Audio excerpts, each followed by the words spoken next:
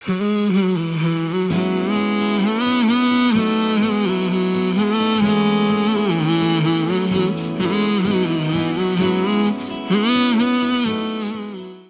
இது ரஜப் மாதம் ஆரம்பிச்சிருச்சு. ரஜப் மாதம் வந்த உடனே பெரும்பாலும் எல்லா பள்ளிகளிலும் கேட்கக்கூடிய துவா, ஸல்லல்லாஹு அலைஹி வஸல்லம் கற்றுக் கொடுத்த துவா, அல்லாஹும்ம பாரிக் லனா ஃபி ரஜபின் வ ஷஅபான் வ பல்லிகனா ஷஹ்ரு ரமலான் அப்படின்ற துவா எல்லாமே கேட்குறாங்க. இந்த துவாவுக்கான பின்னணி என்ன? இதற்கு காரணங்கள் எதாவது இருக்குதா? இறைத்தூதர் ஸல்லல்லாஹு அலைஹி வஸல்லம் அவர்கள் ரஜபு மாதம் வந்துட்டால் இந்த துவாவை அவங்க சொல்லுவாங்க. ஏன் இப்படி செய்கிறாங்க?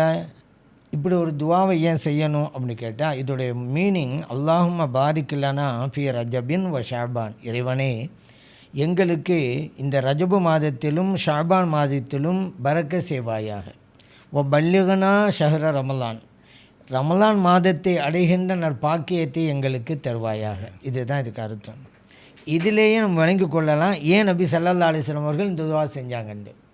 அவங்க இறுதியில் அவங்க முடிக்கிறது ரமலான் மாதத்தை அடைகின்ற நற்பேற்றினை வழங்குவாயாக அப்படின்னு சொல்லும் பொழுதே, இந்த ரஜபலும் ஷாபானும் எங்களுக்கு பரக்கத்து செய்வாயாக என்று ஏன் கேட்டாங்கன்னு தெரியுது.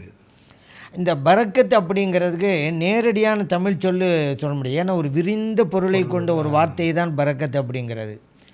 ஆனால் நம்ம ஷார்ட்டாக சொல்கிறதா இருந்தால் அருள் வளம் அப்படிங்கிற வார்த்தையை வேண்டாம் நம்ம யூஸ் பண்ணலாம்.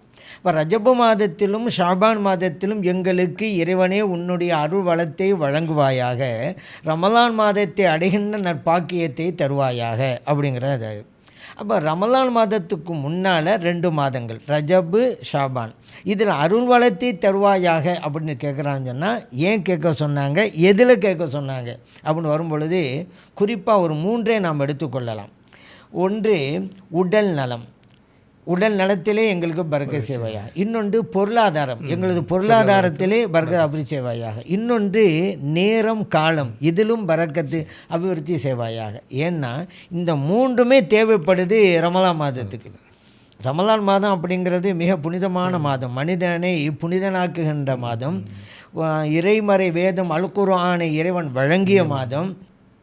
அது மட்டும் இல்லைங்க, ஒரு வணக்கம் செய்தால் 1க்கு 10, 1க்கு 70, 1க்கு 700 என்கின்ற வகையிலே நன்மைகளை வாரி வாரி வழங்குகின்ற, அபரிமிதமாக வழங்குகின்ற புனிதமான மாதம் ரமலான் மாதம்.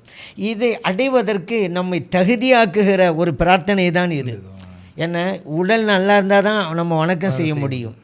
அதே போல் செல்வம் இருந்தால் தான் நம்ம வணக்கம் செய்ய முடியும். அதுபோல் நேரம் காலம் அவகாசம் இருந்தால்தான் நாம் வணக்கம் செய்ய முடியும். அதனால தான் எத்தனையோ இறை நேசர்கள் எல்லாம் ரமலான் மாதத்துக்கு முன்பாகவே கொஞ்சம் அதிக முயற்சி எடுத்து செல்வத்தை சேர்த்து வச்சு கொள்வாங்களாம். ஏன்னு கேட்டால் ரமலான் மாதத்தில் நம்மளால் பணி செய்ய முடியாது, வேலை செய்ய முடியாது, நேரத்தை அளவு ஒதுக்கக்கூடாதுன்னு சொல்லி ரமலானுக்கு முன்னாலேயே தயார் செஞ்சு வச்சுக்கிறது செல்வத்தை, இந்த தனக்கும் தனது குடும்பத்தினருக்கும். இப்படியெல்லாம் வழக்கமுள்ள இறை நேசல் இருந்திருக்கிறார்கள்.